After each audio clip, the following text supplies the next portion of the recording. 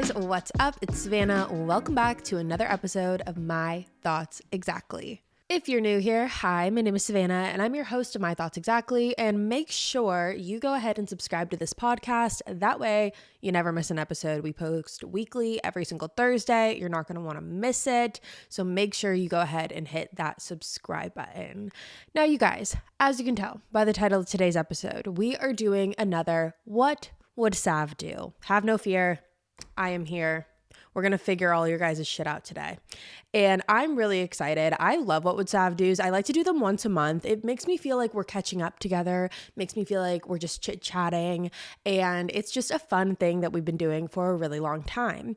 If this is your first What Would Sav Do and you don't know what I'm talking about, What Would Sav Do is a segment that we like to do here where you guys send in whatever's going on in your life, whatever issues you're having, whatever you're struggling with, and we go through it and I tell you what I, Sav, hi, hey, hello, would do. And so if you want to be a part of the next What Would Sav Do, the best way to do that is go ahead and follow the My Thoughts Exactly Instagram page, where I always update you guys on any segment that we're doing on My Thoughts Exactly and include you guys, whether that's story times, What Would Sav Do's, anything of that sort. It's all going to be on the My Thoughts Exactly Instagram page. So make sure you are following. All right, you guys, let's jump in here. Let's see what's going on in your lives. Let's see. We have a lot today. I was actually not expecting to have that many responses because we did this about a month ago and I didn't realize how much can transpire over a month. I thought because we did this a month ago, maybe you guys wouldn't have that much going on. I was wrong. I was very, very wrong, and we're going to try and get through as much as we can today. So let's jump into it. And I'm not going to lie, I have skimmed these a little bit, and there is a common thread here, you guys. I don't know what's going on, what's in the air, the water, whatever it is, where you guys are talking to people that are engaged or married or have a girlfriend. I don't know what's going on, but we are going to fix it today, okay? That shit stops right here. All right, we're starting from the bottom. Here we go. What would Sav do? Talking to a guy that's engaged and claims the fiance cheated on him, but they're still together. You guys. Okay. Seriously. All right. Here's my thoughts on this. My thoughts is that clearly he's no better. You know, I think that it's easy for one person to be like, oh, well, he cheated or she cheated, and so, you know, they're horrible or whatnot, or I'm going to leave and whatnot.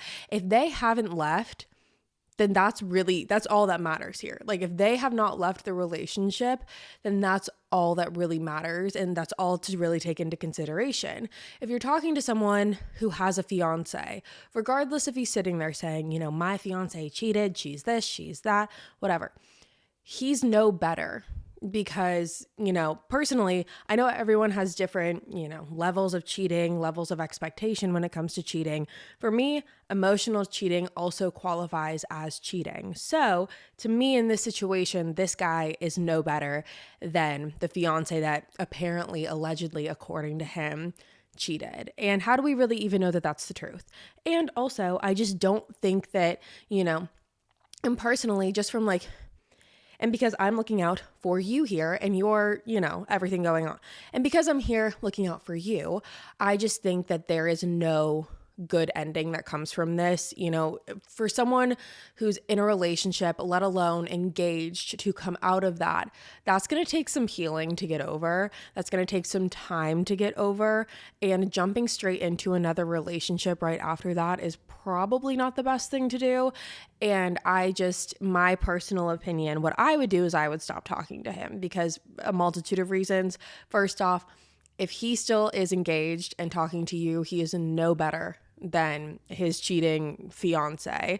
And two, I think that there is no good way that this ends. I think that it's best for you to not involve yourself in a messy and sticky situation. And I would just exit and I would say, you know what? You figure out what's going on.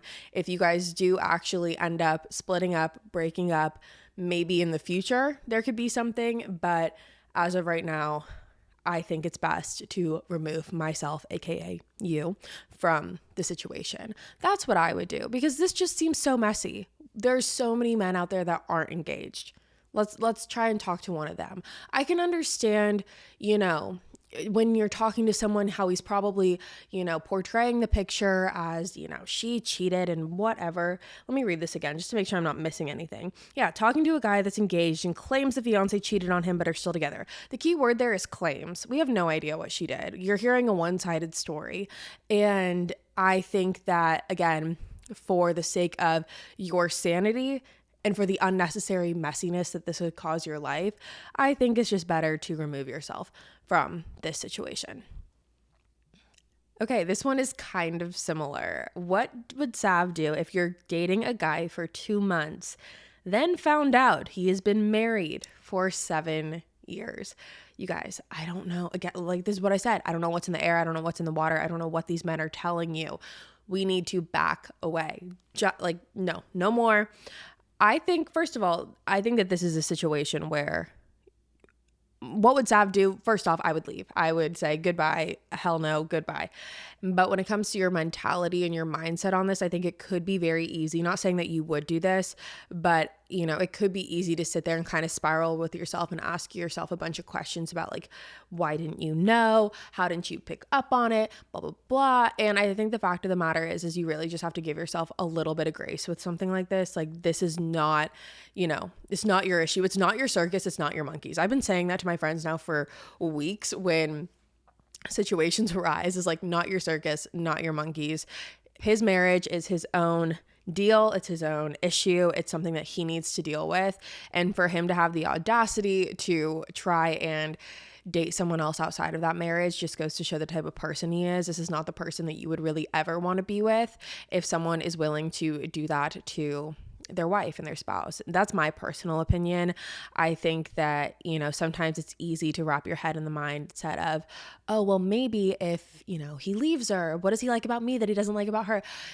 I wouldn't even go there. Not saying you would, but I know that it's easy to kind of sit there and be like, well, wait a second. Well, my question to you is, how did you find out? That's another big part of this, is, did he tell you? Probably not. You probably found out on your own, because there's no way he would just be like, hey, guess what? Or like, hey, by the way, been meaning to tell you, married for 7 years. No, I think that you just, again, exit, back away. This is messiness that you do not need. It's not your circus. It's not your monkeys. There's, again, many men out there that are not married or engaged. What would Sav do? How do you prioritize your you time while in a relationship?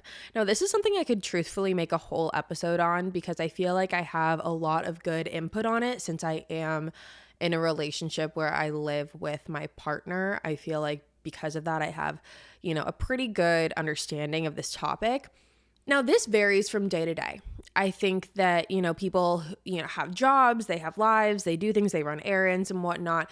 But I think that there is also a time where you need to prioritize and kind of carve out time that is set just for you. I know for my relationship personally, there will be times where, Hayden loves to go on drives. Like, that's his thing. He loves to get in the car and drive around and listen to his podcasts. And so that for him is him time. And like, he goes and like gets food, listens to his podcast, and goes on like an hour drive, like every other day or something. Or whenever he gets the chance to. But for me, being such a homebody and like living in a home with someone else where we're constantly together, which I love because he's like my favorite person, and why wouldn't I want to be with him all the time? There are times where you need to have a little bit of independence. You need to take that quality time for yourself. It is a little bit different for me because Hayden travels for work. So there are times where he's just, like for example, right now he's gone, he's out of town, and he's been out of town for 2 days. He comes home tomorrow. So I've had plenty of time to have my, quote unquote me time. But when he is here and the times that, he isn't traveling for work, things that I like to do are do a workout class where that's something for me, like for my health, for my mental, like that is something that I can do for myself. I like to do my like full on, skincare routines at night, while he's watching his show, or if he's playing a game or something, like whatever he's doing, that is his thing, and I can step away and do my thing. It's just something that you really have to prioritize, and oftentimes it can get looked over because especially if you're living with someone or if you're not, I think actually, now that I'm thinking about it, it was harder making alone time, or like prioritizing alone time, prioritizing like doing things for myself when we weren't living together. Because when we weren't living together, all I was really thinking about was the next time I was going to see him, and like, scheduling my days around, okay, at this time I'm going to go over to his house. So what do I need to do before then? And, it was kind of harder to prioritize time for myself that didn't involve work or him. Now that we live together, I will say it is a little bit easier because we see each other all of the time. So it's easier to step away and just do things for ourselves and kind of have that one-on-one time with ourselves. So I would just say, it's got to be a conscious decision. It's not something that you're just going to like subconsciously do. Like you have to say, okay, right now I'm going to go do X, Y, or Z, whatever it is, whether that's journaling, meditating, skincare, taking a bath, taking the everything shower, whatever it is, just stepping away and like consciously making that effort and map it out. Say, okay, I want to do, something for myself like 3 times a week or 4 times a week. You would obviously, I feel like everyone would love to do something for themselves every single day. However, sometimes it just doesn't always work out like that. Work gets in the way, life gets in the way. But just being conscious and making that decision is really, really important, and just kind of like marking it out like you would anything else in your to-do list. Okay, next is I got out of a relationship about 6 months ago. He already has a new girlfriend and I'm still hung up. What would Sav do? There's a couple parts to this that I think we need to unpack. The first is there is no timeline. We've talked about this so many times, but there's no timeline to getting over a relationship. There is no, okay, at this date, at this time, this is when I need to expect myself to be over it. I think that is just a really unfair assumption, and healing after a relationship or after any, loss of a person, because when you are exiting a relationship, you are losing a person, even though they're obviously, for the most part, hopefully still here. Sorry, that got really dark for a second. I just didn't know how to say that. But, healing is never linear. And so there are going to be days where you feel really great and you feel really over it. And then there's going to be days where it hits you like a freaking truck and you're going to be like, what the hell? I thought I was over it. This is really annoying. And you're going to get really hard on yourself because you're going to feel like you should be over it when you're not. But again, that is such an unique and individual process for each person. And what makes this process, gets into the second part of this, what makes this process, what I feel like 10 times harder, is when the other party of the relationship gets another significant other or starts dating again or hooks up with someone again and you find out about it. It's like such a punch to the gut, because you kind of live in this land for a little bit of, we're both hurting and, we're both going through it and we're both, we're just healing and we're on our different paths. And then you see it for yourself, or you hear it, or you know that it's happening, and you see that the other person has continued to live their life, has continued to, move on and find another partner.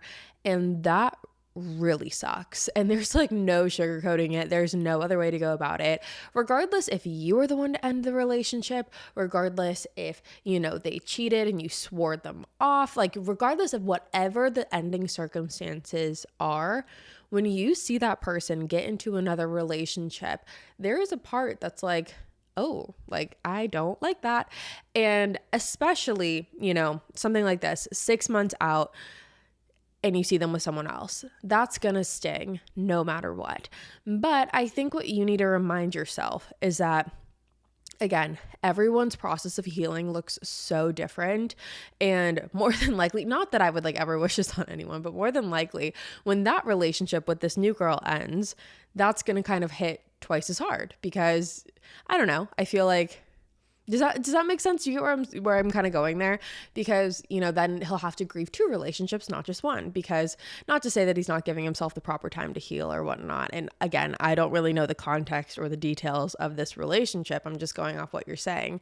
But I think that the main point about this is to give yourself grace and just to kind of allow yourself to accept the fact that this sucks. And I know that that's not great advice, but what I would just remind yourself is that things happen so unexpectedly. Sometimes things happen and you'll never see it coming. And, he could have the girlfriend now, but in 2 weeks you could be dating someone else, Everyone's healing journey is so different. And I'm not here to judge anyone's healing journey, but don't kick yourself for being like still hung up, because I know that feeling and it's so shitty. Like when you're sitting there being like, they've literally moved on, they're full on dating someone else, and I'm sitting here still kind of like upset about the situation, even though sometimes it's not even like you want them back. You're just like still annoyed, you're still like irked, and you're not fully over it. That's okay. And you need to let yourself like express that, let yourself feel those feelings, and just kind of learn to compartmentalize that a little bit while also validating yourself and validating the way that you feel. That way you can heal properly and move on in a way that's healthy for you. But, you know, I get it. Like that's really shitty and that sucks. But hopefully day by day, the healing journey does get a little bit easier. Okay, we got a kind of three-parter here. What would Sav do if a guy was interested in you but didn't want a relationship at the time? Fast forward 8 months and you are ready for a relationship and he also seems interested, but you found out he has a baby with his ex. Should I still go for it? You guys, where are you finding these people? What is going on? Okay, a couple different things here. It's just a lot to unpack. Okay. You're been talking for 8 months. He wasn't ready at the time, at the time you didn't want the relationship. Okay, so you didn't want the relationship. Fast forward 8 months, now you do, but he has a baby with his ex. Should you still go for it? This is something that I seriously cannot answer for you. Personally, would I do it? Probably not. Not because of like the baby or anything. I don't think that part would bug me. It's just kind of like the longevity of just kind of like waiting 8 months. And I think what more so would turn me off a little bit is the kind of time frame of everything, the fact that it's taken 8 months. And, you know, I understand that you say like you weren't the one that was ready for a relationship, and I totally respect and honor that. And I think that you should too. It just kind of seems like there's just too much going on here. It's like too busy. And also, why didn't he tell you for 8 months? Or did you know for the 8 months? You said that you found out. Should you still go for it? I mean, you could always try it and like see what happens. Like, what's the worst that was going to happen? I wouldn't count it out because of the baby. Like that to me wouldn't make me like completely, exile someone or cross them off from the roster. That just wouldn't be my prerogative. But everyone is so different. Like, I always say you don't need to be getting involved in anyone's baby mama drama. We've said it before. I will say it again. But this doesn't seem like baby mama drama. This just seems like he has a baby with someone and, whatever. And if that's something that bothers you, that's clearly not something that's going to change. So you need to recognize that. But if that's not something that bothers you and you're okay with it, then I say go for it. But again, that's just not something that I can answer for you. Let me know what you do though. I'm interested. He had a fiance and it didn't work out, and now he wants to wait. How long should I wait around? What would Sav do? Do you guys know what I'm going to say here? You guys, am I being too harsh on you guys today? I don't know. Okay, here's what I think. I would not wait around personally. I don't think that there's any scenario that benefits you in waiting around. I think every scenario in you waiting around just benefits him. I think that there is a world that exists where you could continue to talk to him and also, not limit yourself and go on dates and, go have fun with other people. I don't think that that's against the rules. But again, personally, I don't think you should wait around. I don't think that there's anything good that comes from waiting around, especially for you in this situation. For him, it's like he kind of gets the best of both worlds. He gets to not put a title on a relationship because he's getting out of an engagement, which makes sense, like totally makes sense. But for you, I just don't know if it's not that I don't know. I know for a fact it's just not fair to put you in a position where you have to wait around. And if he's asking you to wait around, my response would be like, listen, I totally respect and understand the situation that you are in.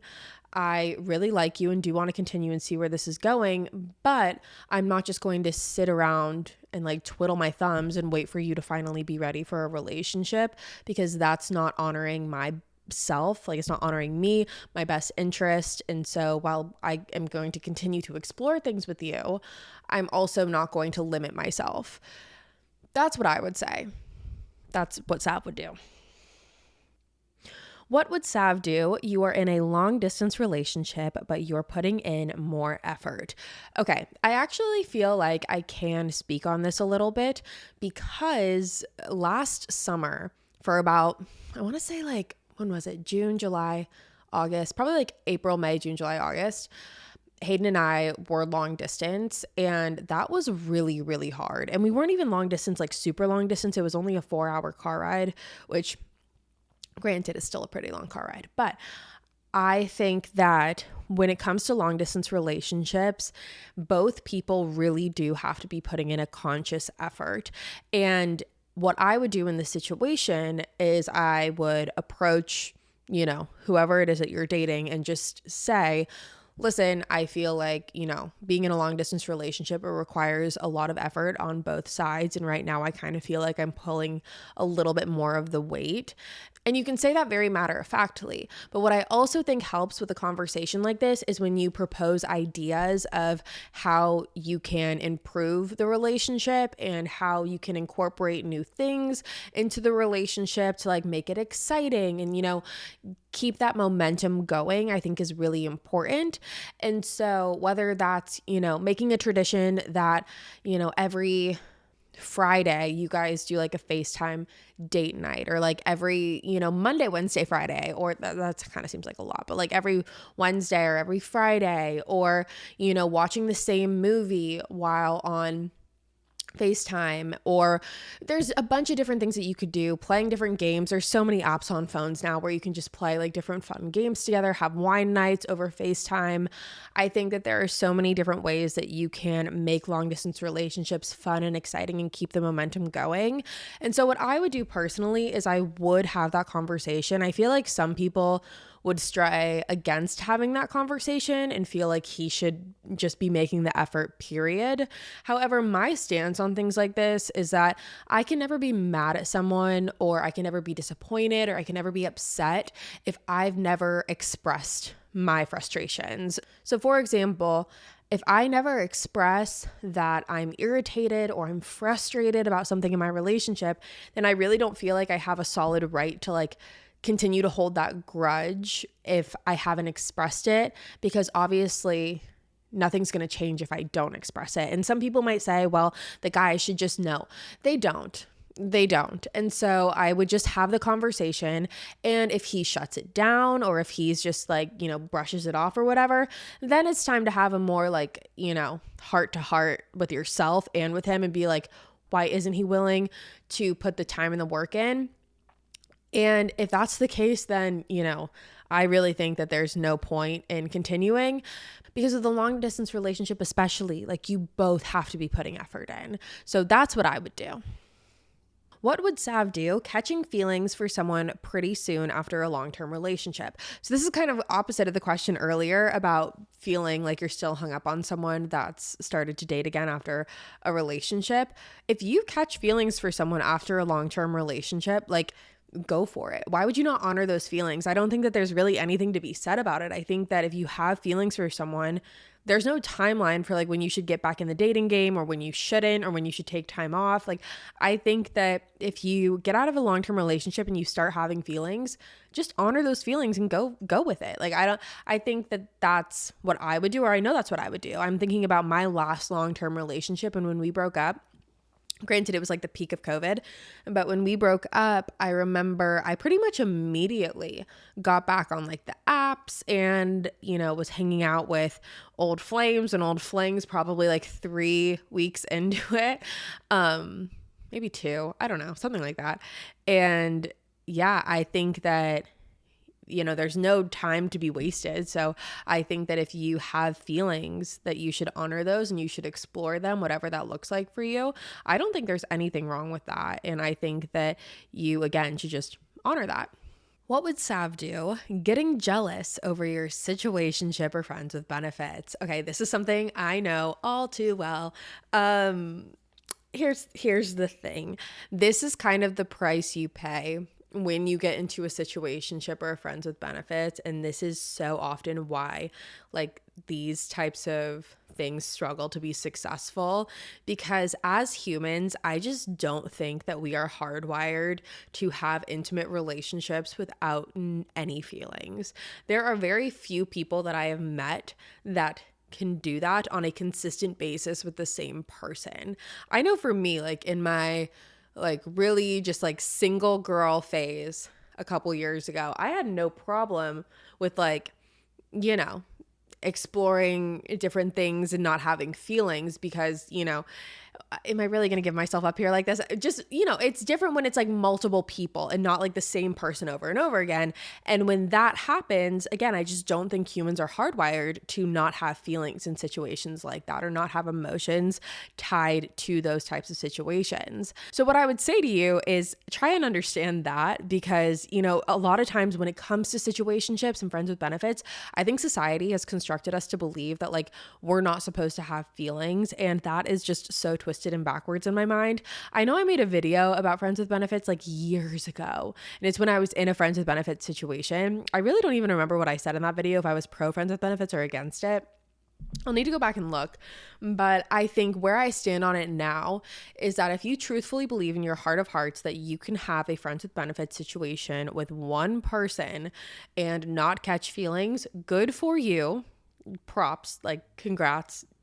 Gold star.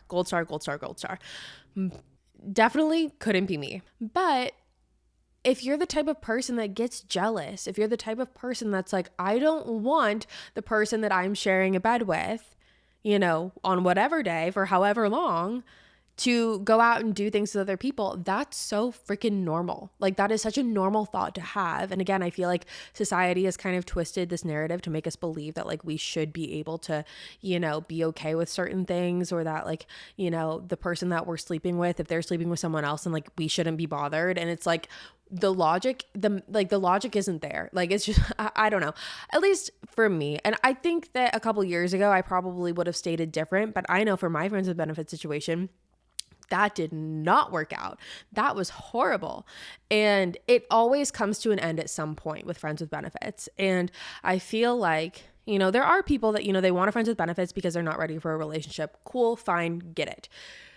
There are people who get into friends with benefits hoping that it'll be more. And that's kind of the people that I'm catering this message to right now, because I feel like if there is a hope in the back of your mind that you're going to start being a friends with benefits and then over time it's going to evolve into something else and you guys are going to coincidentally just end up being on the same page, even though you kind of made this pact in the beginning to, not have that be the case, it's not for you. And that's okay. I think it's so normal to get jealous over your friends with benefits and over your situationships.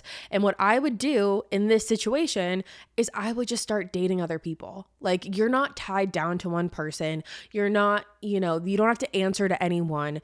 You are at a point in your life where you have the freedom to continue to date other people while also exploring some friends with benefits, relationships. So I would continue to date other people. I would go on dates. I would hang out with other people. I would do all of the things, maybe not all of them, but I would go on dates and I would explore and I would see what else is out there, because to tie yourself down to a friends with benefits, that's one thing, but friends with benefits are not meant to be jealous over. And that's not to say that you're in the wrong for being jealous, because as I just previously explained, it's just what happens naturally. But that's why I just think that it's so much better to just, date around, see who you like. And once you vibe with someone, take it from there. Okay, I don't even know what this means. What would Sav do? I hung out with a guy basically 24/7 for weeks. And then on a date, he told me I'm in his top 3. Be so for real right now. Are you kidding? I think that, what would I do in that situation? I probably would have come back with some just snarky, sassy comeback by telling him that he's not even on the roster and that he's just kind of like sitting on the bench, warming up a seat. I don't know. I probably would have been mean about it. But I think that, clearly you guys are on 2 very different pages. For someone to sit there and tell you like, oh yeah, you're in the top 3 after you've been like seeing someone for, as you said, weeks and hanging out 24/7, obviously if there's no commitment, there's no commitment. And so he and you both have the right to continue to explore and date other people. However, it comes down to human decency and character. And do you really want to be with someone who's like, yeah, by the way, you're in the top 3, like congrats, like this isn't the fucking Bachelor, like get off your fucking high horse. And so I would end it personally. I say that.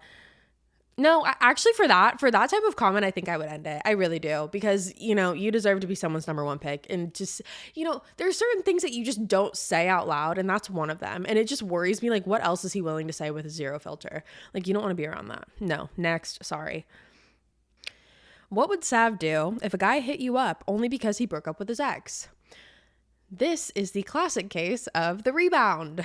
It just depends. If this is someone that you've liked or are attracted to and, want to have fun with, then why not just respond back? If not, then don't even entertain it. I think the one thing you have to understand, no matter what, is more than likely if someone's hitting you up right after they broke up with their ex, they're really not looking for anything serious. So if you're cool with that, if this is someone that you're like attracted to, and I know I just said like friends with benefits, like ex-nate that completely, but I think that for a one-off thing, if you're into it, then you're into it. I don't know. After a traumatic relationship, I've been avoiding intimacy because I'm scared to be vulnerable. What should I do to overcome this fear? Okay, again, I think that this could be a whole episode topic within itself. So I have multiple feelings about this. And the first thing I'm going to say is you have every right to have your boundaries and to set firm boundaries for yourself because you're afraid to be vulnerable again.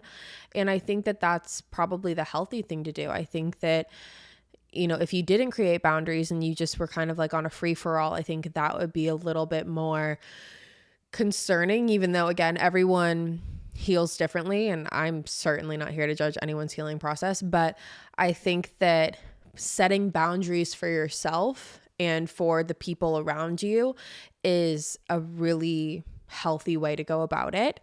I think that you need to give yourself grace and understand that you were in a traumatic relationship and come to terms with that, however that looks like for you.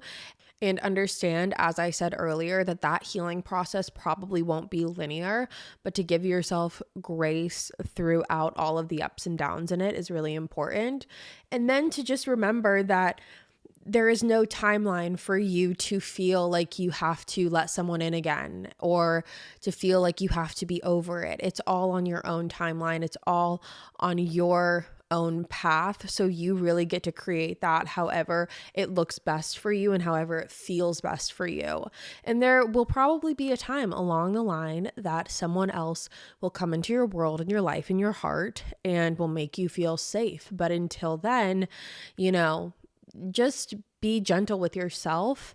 And I would say start dating yourself again. I think that that's the best thing that you can do after a relationship is really get to know yourself again and find your identity and your independence again, especially after a traumatic relationship. I feel like that's really important.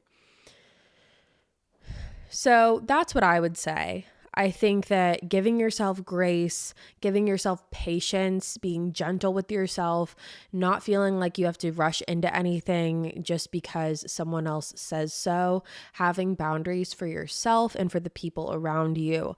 I think that's the best way to go about it. What would Sav do if my friend comes on to my significant other while drunk at a party that I wasn't at and just blames the alcohol? I don't know. That's so hard. You guys are going to have to let me know in the comments what you would do about this one because I really don't know. I think I would probably distance myself from the friend to start out with and just kind of sit back and observe and see what happens. Also, who told you? Was it your significant other that told you or was it your friend that told you? I think that says a lot about it too. If your friend told you and your significant other didn't, that might be an issue. But with something like this, it feels like your friend was the one to keep it a secret and your significant other was the one to tell you. At least that's what it's being explained as in this question. So I would probably just distance myself, and depending on the level of friendship, I would just sit back and observe and, maybe not even forgive and not forget, but just kind of slowly move along and see what happens. And if she does it again, goodbye. I am currently 20 and in college, but as an adult, I still have anxiety doing things alone. You guys are giving me a lot of good episode topics just within this What Would Sav Do questions. I think that this is another episode that we could really dive into. Actually, we already did. What am I talking about? It's called How to Be Okay with Being Alone, or Falling in Love with Being Alone. And we dive all into how to love being alone and being independent. I completely understand that it is scary as an adult to do things by yourself, but I think that once you just start doing little by little things by yourself, it all becomes a little easier, slowly but surely. But I definitely recommend going and listening to that episode. What would Sav do? I hate my roommate after living with her, but I don't want to ruin the friendship forever. Okay, this is something that I have learned not through my own personal experience, but just watching my friends go through experiences like this. And that is that some people are just strictly better off as friends than roommates. And it's hard living with someone, no matter whether that's your significant other or your friends or whoever it is, especially when it comes to friends, because friends are, it's a little bit different. But what I would do in this situation is just acknowledge the fact that, you don't want to continue living with them. I would just start looking towards the future, because it's really hard to get out of a lease unless you wanted to sublet, which you could do that. But I think that's probably going to cause a little bit of a rift. But at the end of the day, you do have to understand that this is your life. Like, it doesn't matter if she gets upset, if she gets her feelings hurt, it doesn't matter. From the way you're describing it, there's no way that she can't have some understanding, unless she's very out of touch with reality. She can't have some understanding that this, roommate situation isn't serving the both of you in a positive way. So if this is something where you're like, I need to get out right now, then I would just, try and sublet your room if that's a possibility. I know sometimes it is, sometimes it isn't. And I would have a conversation with her and I would say, listen, I love you, but I truthfully just don't think that us being roommates is a good scenario. And I don't want to continue being roommates and in turn potentially ruin our friendship, but I do still want to be friends with you. And that's why I'm doing this, to save our friendship. And I hope you can understand that. There's no way that this is an easy conversation and not an uncomfortable one. So you're probably going to get a little bit of a side eye for it. But at the end of the day, it's your life. And if you're miserable living in your space, then that's a problem. And let's say you can't sublet and that's not the route you want to go down. That's kind of better, honestly, because then once you get to the end of your lease, it's like a clean break and you can just be like, listen, I want to explore living alone, or I love being your friend, but us as roommates, we just don't mesh well. And that's just the reality of the fact sometimes, and it's okay. But again, you just have to put yourself first in the situation and have to prioritize yourself, your mental, your sanity. This is supposed to be your safe space. And if you're miserable there, then it's just not working. What would Sav do when all you want is a relationship but can never seem to find the one? P.S. Love you. I love you too. This used to be my mindset. This used to be my mindset for a while. I was the girl that would go out on all these dates and I would meet all these different guys. And when something would click, I would be like, this is it. I was like, this is why it didn't work out before. This is so great. I have a boyfriend, even though you weren't dating.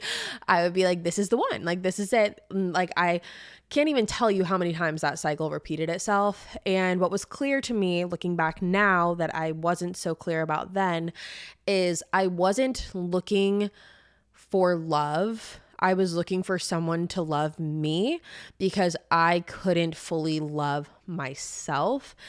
And that was a hard realization to come to. And it really didn't hit me until probably 2 years ago. And then once my final situationship ended, I clapped my hands of it and was done. I was like, I'm moving. I'm getting out of here. I need to start doing things for myself. So that's when I moved, and that's when I started a new life. And, I got into this mindset of picking myself over everyone else.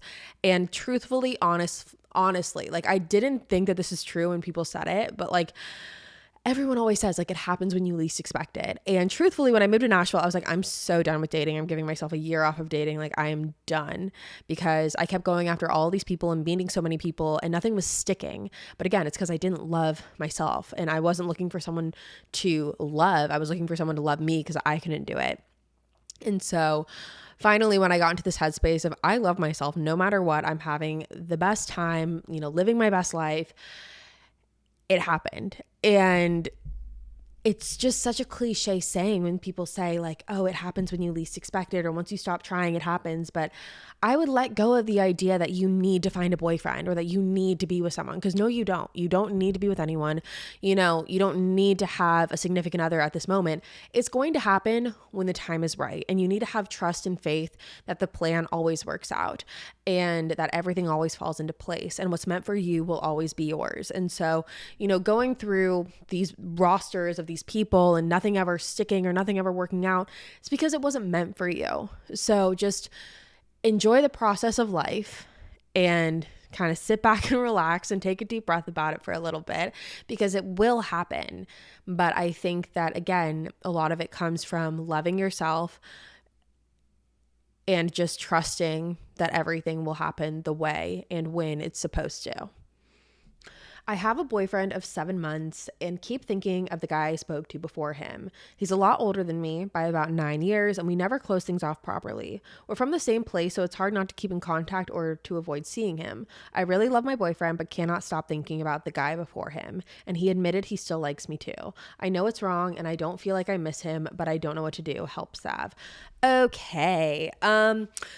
Here's my thought. This is probably going to be an unpopular opinion. I think that closure is like not necessary. I think that closure is this kind of idea that we've created in our heads in order to have an excuse to see the person that we like one more time and to try and manipulate the situation to go in our favor.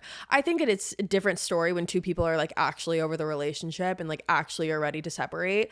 And, whether that's like just getting rid of each other's stuff or whatever, there's times and places where it is, necessary. But this whole idea that like everyone needs closure is just so not true. You don't need closure. You don't. I promise you don't. What is going to come from it?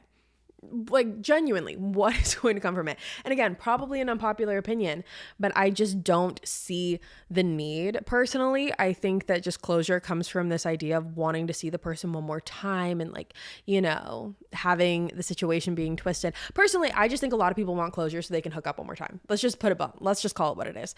And I'm not saying that that's what you want to do. I'm not saying that that's like anywhere in your thought process. Here's what I think. I think that if the roles were reversed and you were dating your boyfriend and your boyfriend was thinking about another girl that he was talking to before you, I think that that would be really hurtful to you. And I think that you need to come to a decision in your mind, whether that's flipping a coin, whether that is doing the elevator method where you think about, which if you don't know the elevator method, think about someone you would want to be in the elevator with, stuck in an elevator with for like 3 hours. Like, which one? Pick one. Whatever it is in your mind that helps you make a decision about what you want or who you want, take it, make it, and stick with it. Because, if the roles were reversed, I think that this would be a really hurtful situation for you.